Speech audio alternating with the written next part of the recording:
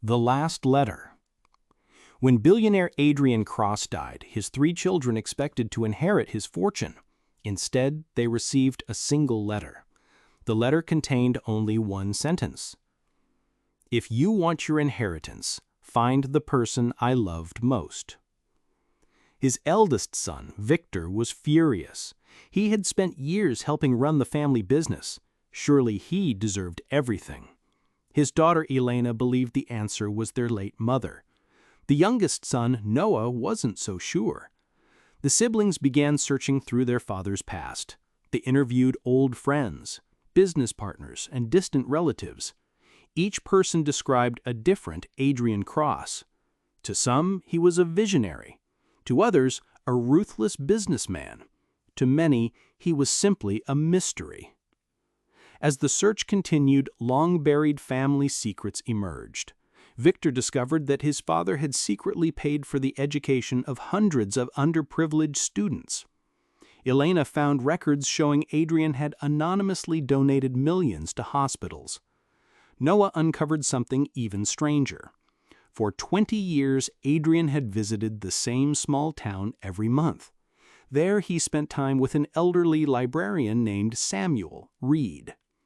Samuel lived alone in a modest house filled with books. When the siblings met him, they were confused. "What was your relationship with our father?" Victor asked. Samuel smiled. "He was my best friend." The answer felt too simple, yet Samuel showed them dozens of letters exchanged over decades. The letters revealed a side of Adrian they had never seen. A lonely young man terrified of failure, a grieving husband, a father who constantly worried he wasn't good enough. For the first time, they saw the human being behind the empire. Still, none of them believed Samuel was the person Adrian loved most. Weeks later, Noah found one final clue hidden inside his father's desk. Another letter.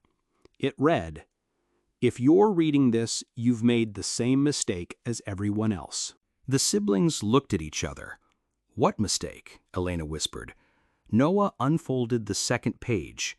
"You search for the person I loved most, but love is not something you find. It's something you give." The letter continued.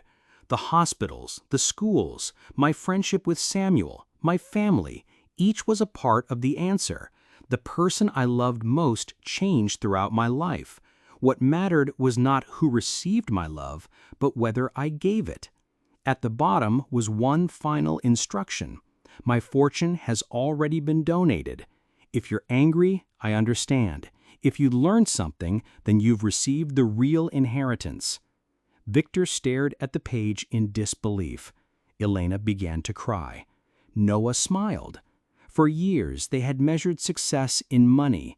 Their father had spent his life measuring it in impact. As they left Samuel's house, the old librarian handed Noah one final envelope. Inside was a note written shortly before Adrian's death. "A person's wealth is not what they keep, it's what remains after they're gone." Years later, the 3 siblings used their skills to continue their father's charitable work. And though they never inherited a single dollar, they eventually understood they had inherited something far more valuable.